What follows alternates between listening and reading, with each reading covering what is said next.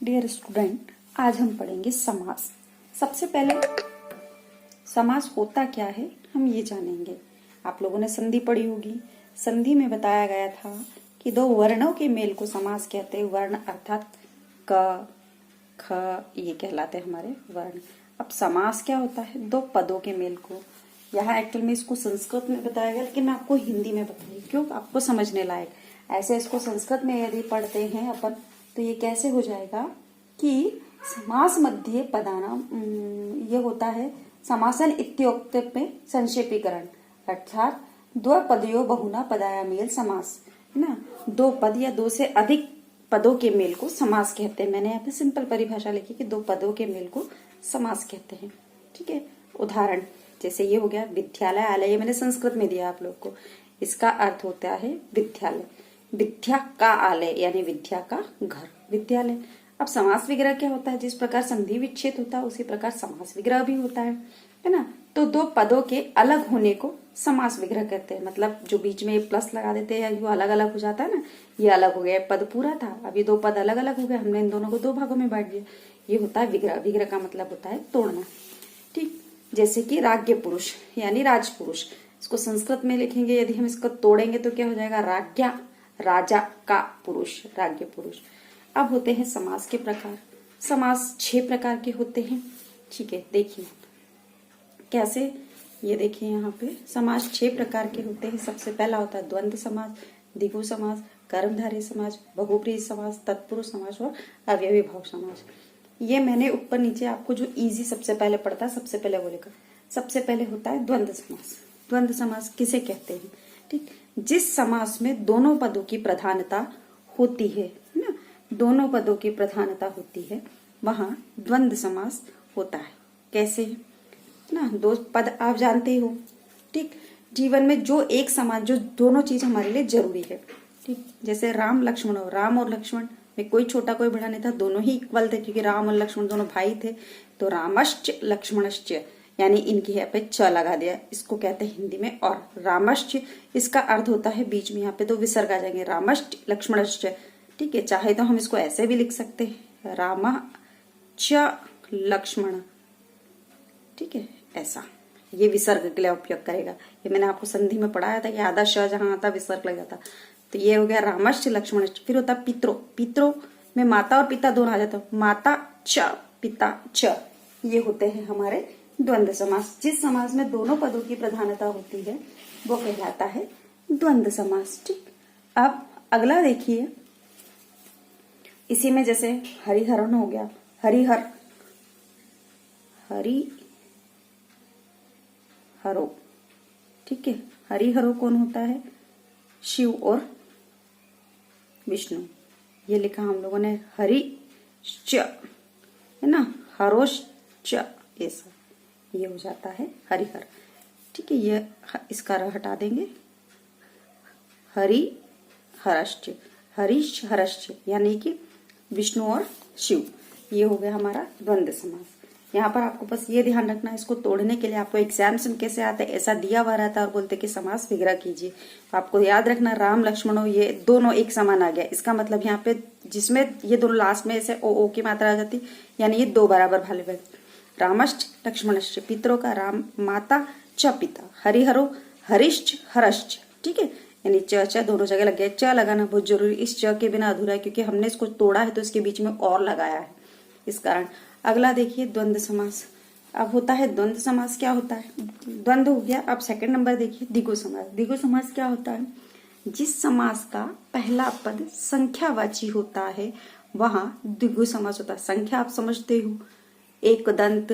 ठीक है, उसके बाद हम बोलेंगे चौराहा यानी 4 आ गया, त्रिभुवन यानी 3 आ गए, सप्तऋषि यानी 7 आ गया। शुरू में जिसमें संख्याएं होती है वो कहलाता है द्विगु समास। देखें यहाँ पे लिखा पंच पात्रम, पंच आपको समझ में आता है ये 5, त्रिभुवन, त्रि मतलब 3, पंचवटी मतलब 5, ऐसे ही सप्तऋषि हो जाता है, नवरात्रि हो जाता है। ठीक है, और सप्ताह हो जाता है ना, 7 दिन का समूह। तो इसको जब हम इसका समास विग्रह करेंगे, ये सबसे इजी पड़ेगा। इसका समास विग्रह करने के लिए आपको क्या करना है, जो पंच है उसको भी आपको बहुवचन बनाना है, जो पात्र है उसको भी आपको बहुवचन बनाना और लास्ट में लिखना समाहारा। इस समाहारा का मतलब होता है समूह। ठीक ठीक, वापिस से देखिए एक बार। द्विगु समास का अर्थ होता है जिस समास का पहला पद संख्यावाची होता है वहां द्विगु समास होता है। मैंने आपको फिर बोला, मैंने आपको परिभाषा संस्कृत में इसलिए नहीं लिखाई है क्योंकि आपको समझ में ना आए। मैंने हिंदी में इसको बहुत इजी वे में, सरल तरीके से आपको इसको हिंदी बना के लिखा है जो आपको समझने में आसानी हो। मैंने इसके उदाहरण जितने भी है वो सारे के सारे आपको संस्कृत में ही बताया कि आपको समझने में बहुत इजीली वे से समझने में आसानी हो। यहाँ पर मैं आपको बता रही थी जिस समास का पहला पद संख्यावाची होता, पहले पद संख्या जिसमें शुरू में संख्याएं आ जाती, चौराहा, सप्तऋषि, सप्ततारा, सप्तमंडल, ऐसा। ठीक, अब यहाँ देखिए आप इसमें कि पंचपात्रम, इसमें आपको क्या करना है, आप लोगों को जो शुरू का पंच है उसको बहुवचन बनाना है, उसका जो सेकंड वे है उसका भी बहुवचन वाला, लास्ट में लिखना समाहार। ये इजी है। इसको कैसे लिखना, पंच था, पंचानाम, पात्र है तो पात्राणाम, और लास्ट में लिख देना समाहारा। समाहारा का मतलब होता है समूह। इसका अर्थ हो गया 5 पात्रों का समूह। ये इसका हिंदी वाला है। ऐसा आपको हिंदी में भी है। ठीक है, त्रिभुवन तो त्रयाणाम, 3 था तो त्रयाणाम, है ना। भुवना नाम, भुवन था तो भुवना नाम, फिर लास्ट में समाहारा। उसके बाद पंचवटी तो पंचानाम, ठीक है। वटा नाम, वटी था तो वटा नाम, समाहारा। इसको ऐसे आपको द्विगु समास बनाना है। अब अगला वाला देखिए कि कर्मधारय समास क्या होता है। हमारे कर्मधारय समास क्या होता है, जिस समास का प्रथम पद विशेषण, उपमान, ये मैं आपको बता दूंगी, यानी जिसको उपमा दी जाती है। दूसरा पद विशेष्य, उपमेय, है ना, जिसकी उपमा दी गई है, जिसको उपमा दी गई है, वह कर्मधारय समास होता है। सबसे पहले तो मैं आपको बता दूं कि विशेषण क्या होता है। विशेषण वो होता है जो संज्ञा या सर्वनाम की विशेषता बताता है, उसको विशेषण कहते हैं, इसलिए उसको उपमान नाम दिया।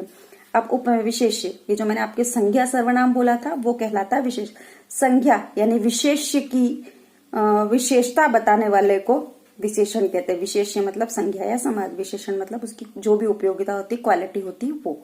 ठीक, तो ये संज्ञा या सर्वनाम की विशेषता बताने वाले को विशेषण कहते हैं, और ये संज्ञा सर्वनाम हो गया। ठीक, अब आपको इसमें पहला पद प्रधान विशेषण होता है और दूसरा पद आपके लिए उपमेय होता है या विशेष्य होता है।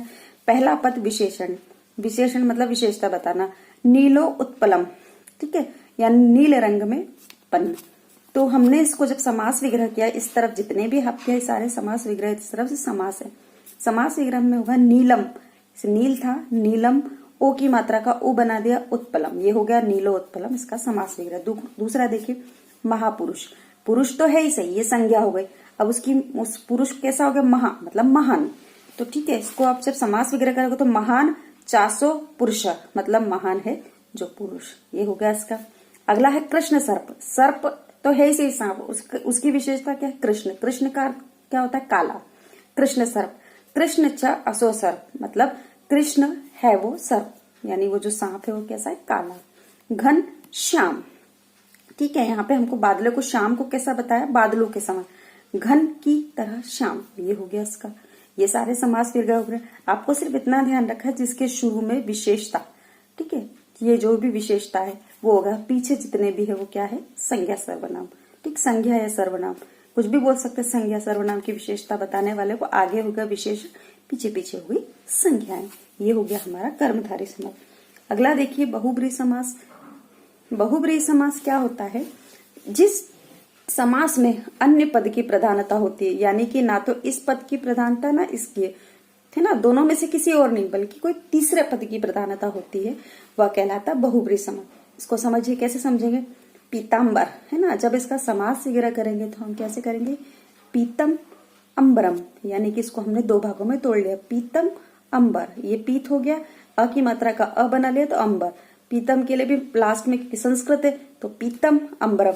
यस्य, ठीक है, जिसका, सह, है ना, पीला है, पीतम मतलब पीला, अंबर मतलब वस्त्र, पीले हैं वस्त्र जिसके, वह, इसको कहते हैं वह। तो कौन है जिसका पीले अंबर रहते, पीले वस्त्र रहते, वो कहलाते विष्णु, यानी ना तो इसकी विशेषता ना इसकी विशेषता, वो हो गया विष्णु। अगला देखिए चंद्रशेखर, तो अब चंद्रशेखर में क्या होगा, चंद्र शेखरे, है ना, चंद्रमा है शिखर पर जिसके, वह कौन है, शिव, यानी उनके सर पे चंद्रमा विराजित रहता है। तो शिव यानी ना तो इसकी विशेषता ना इसकी, बल्कि उसका तीसरा ही अर्थ है। जैसे मान लीजिए मुरलीधारी, मुरली धारण करने वाला, तो आपके माइंड में क्लिक होगा मुरली धारण कौन करता है? विष्णु, कृष्ण। ये लिख दिया हम लोगों ने, लास्ट में ये हो जाएगा। अगला देखिए दशानन, दशानन में दश आन नानी यश सह, आन नानी मतलब होते सिर, 10 सिर वाला है ना, या फिर बोलो 10 सिर है जिसके, वह कौन था? एक्चुअली रावण। दशानन बोलते थे। लंबोदर, तो लंबम, ठीक है, इसको अलग अलग कर लिया, लंबम उदरम, ये था लंबम उदरम यस्य सह, लंबा उदर यानी जिसका पेट बड़ा रहता, कौन है वो? गणपति। यानी ना तो पहले पद की बताता ना दूसरे, बल्कि ये तीसरे ही अर्थ इसके निकल रहे हैं। अगला देखिए आप लोग तत्पुरुष समास, ठीक है। इस समास के लिए आपको विभक्ति का आना बहुत ही जरूरी है। विभक्ति में आपको पूर्व में बालक की विभक्ति मैंने कारक सहित आप लोगों की वीडियो साइन करी थी, वो आप लोग को ध्यान से पढ़ना पड़ेगी, तभी आप इस सप्तमी विभक्ति तत्पुरुष समास को कर पाओगे। इस तत्पुरुष समास में क्या होता है? इस समास में उत्तर पद प्रधान होता है। यहाँ पर द्वितीय से सप्तमी विभक्ति तक का लोप होता है। लोप क्या होता है मैं आपको बताती हूँ। वहां तत्पुरुष समास होता है, उत्तर पद बाद वाला ना, पूर्व यानी पहले, उत्तर मतलब बाद वाला, तो इस पद की प्रधानता होती है। आप इसको ना देखकर सिर्फ ये देखिएगा कि इसमें द्वितीय से सप्तमी विभक्ति तक का लोप होता है। लोप मतलब मिसिंग। आप डेली पढ़ते हो, मैंने आपको बताया था कारक, है ना। कारक क्या होता है? कर्ता ने कर्म को करण से, संप्रदान को अल्पादान से, ऐसे मैंने इसमें बताया था, जैसे को, के, से, है ना, पर, पे, में, ये चीजों का इसमें लोप होता है, ठीक है। ये तो मैंने आपको हिंदी में बताया, पर संस्कृत में तो इसका थोड़ा डिफरेंट होगा, है ना, जो आपको विभक्ति पढ़ना पड़ेगी, ठीक है। तो यहाँ पे द्वितीय तत्पुरुष कैसा होता है? तत्पुरुष इसमें इन्होंने क्या करा है, उसको 7 प्रकार में बांट दिया। क्यों? क्योंकि विभक्तियां 7 होती है, इस कारण। पहला देखिए प्रथमा विभक्ति, तो उसमें प्रथमा विभक्ति में तो सिर्फ आप लोगों को ऐसे विसर्ग वाली होती है, ये वाली, तो इसको ना करके द्वितीय से चालू करी। यहाँ देखिए ग्रामम गतः, है ना, गांव को गया, ये को का लोप था इसमें, तो ये जो बिंदु है ना, इसका अर्थ ये होता है को। आपको मैंने बालकम पढ़ाया था, बालकम ना, ग्रामम गतः यानी गांव को गया, यहाँ पे को मिसिंग था, यहाँ पर को मिसिंग था, तो इन्होंने इसको, इस बिंदु का अर्थ होता है को, ही हो गया। कृष्ण आश्रित, कृष्ण को आश्रित, तो ये जो बिंदु लगाया इसका अर्थ होता है यहाँ पर को, यहाँ पे वो नहीं था, ठीक है। अगला देखिए तृतीय तत्पुरुष, इसके लिए हम से या के द्वारा इसका लोप होता है, वो इस समास विग्रह में हम लोग को दर्शाना पड़ता है।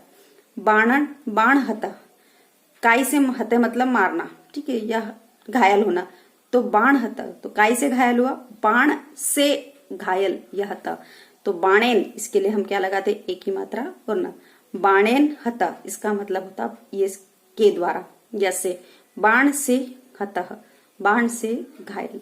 अग्ना, अग्नि दग्ध, अग्नि दग्धा को जब हम अलग करेंगे, इसको अलग करा, इसको करा, अग्निना, यहाँ पर इकारांत स्त्रीलिंग था, इसलिए अग्निना दग्ध यानी अग्नि से जला, ठीक है। अगला देखिए चतुर्थी में, इसमें के और के लिए और को का लोप होता है। इसमें हमेशा आप ध्यान रखिए, ये कहलाता है संप्रदान वाली विभक्ति, ठीक है। संप्रदान में हमेशा किसी को देने का काम होता है, देने के लिए, ठीक। तो दीनम दानम, दीन के लिए दान, जब इसको अलग करेंगे तो क्या हो जाएगा? ये दीनम दानम हो गया, दीन के लिए दान, तो यहाँ पे आ की मात्रा यह लगा है, दीनाय दानम यानी दीन के लिए दान। अगला देखिए भूत बलि, भूत को बलि, बलि देते ना वो वाली, तो भूतेभ्य, क्योंकि बहुत सारे भूत है, तो भूतों के लिए बलि, यहाँ पर इसका ये वाला अर्थ हो जाएगा, ठीक है। अगला वाला देखिए पंचमी तत्पुरुष समास। पंचमी तत्पुरुष समास में क्या होता है? पंचमी तत्पुरुष समास हमेशा अलग होने के अर्थ के लिए आती। ये भी से था, ये भी से था, ये के द्वारा, है ना, किसी के द्वारा काम होना, लेकिन ये अलग होना, घर से अलग होना, स्कूल से जाना, ऐसा वाला। रोग मुक्त, मुक्त मतलब होता है दूर होना, ठीक है। तो रोग मुक्त यहाँ पर आ जाएगा, से बीच में आएगा। रोगात, इसमें क्या करते? आ की मात्रा और त लगाते, पीछे का वैसा रहने दे, सिर्फ इस शुरू वाले को आपको बदलना, पीछे वाले को कुछ भी टच नहीं करना। तो ये क्या हो जाएगा? रोगात मुक्त, ये हो गया है हमारी पंचमी भक्ति। चोर भयम, चोरात भयम यानी चोर से भय, ठीक है। ये हो गए हमारे अलग होने वाले अर्थ में, यहाँ अलग हो रहे। अगला देखिए षष्ठी तत्पुरुष, इसमें हमेशा होता है संबंध। संबंध का अर्थ होता है जिसमें का की के का लोप होता है, जैसे मेरी मम्मी का भाई, मेरे पापा का भाई, मेरी मम्मी की मम्मी, ऐसा बोलते हैं ना हम लोग, तो वो का की के ये वाला होता है, मेरे भाई के मित्र। ठीक है।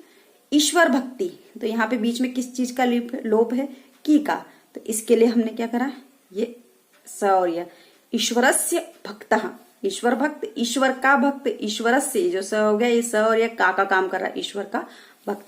अब यहाँ देखिए विद्यालय, विद्यालय आपने संधि में पढ़ा होगा इसको कैसे, विद्यालय, जब उन्होंने पढ़ा विद्या प्लस आलय, आलय का मतलब होता है घर, यहाँ पर ये विद्याया, इसका अर्थ होता है विद्या का घर, आलय मतलब घर, विद्या का घर, यानी इसमें का लोप था, हमने लगा दिया।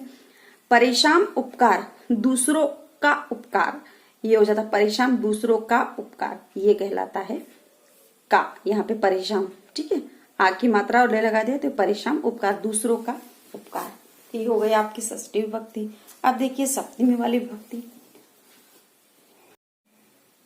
यहाँ देखिए सप्तमी तत्पुरुष समास। ये क्या होता है सप्तमी तत्पुरुष समास, इसमें में पर पे इनका लोप होता है, अर्थात ये मिस होता है, इसका अर्थ होता है अधिकरणी सप्तमी विभक्ति।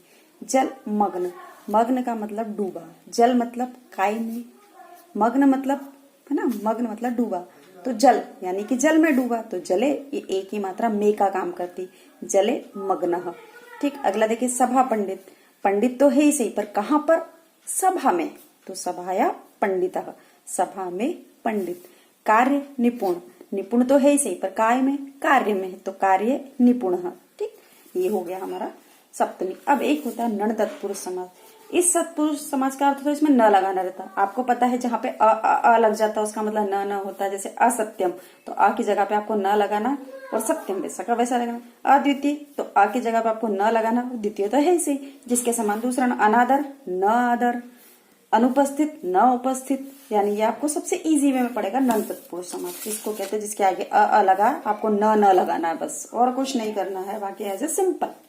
अगला देखिए आप लोग अवयवी भाव समास। ठीक, सबसे पहले मैं आपको अवयवी भाव समास पढ़ाने से पहले ये बताती हूँ अवयव क्या होते हैं।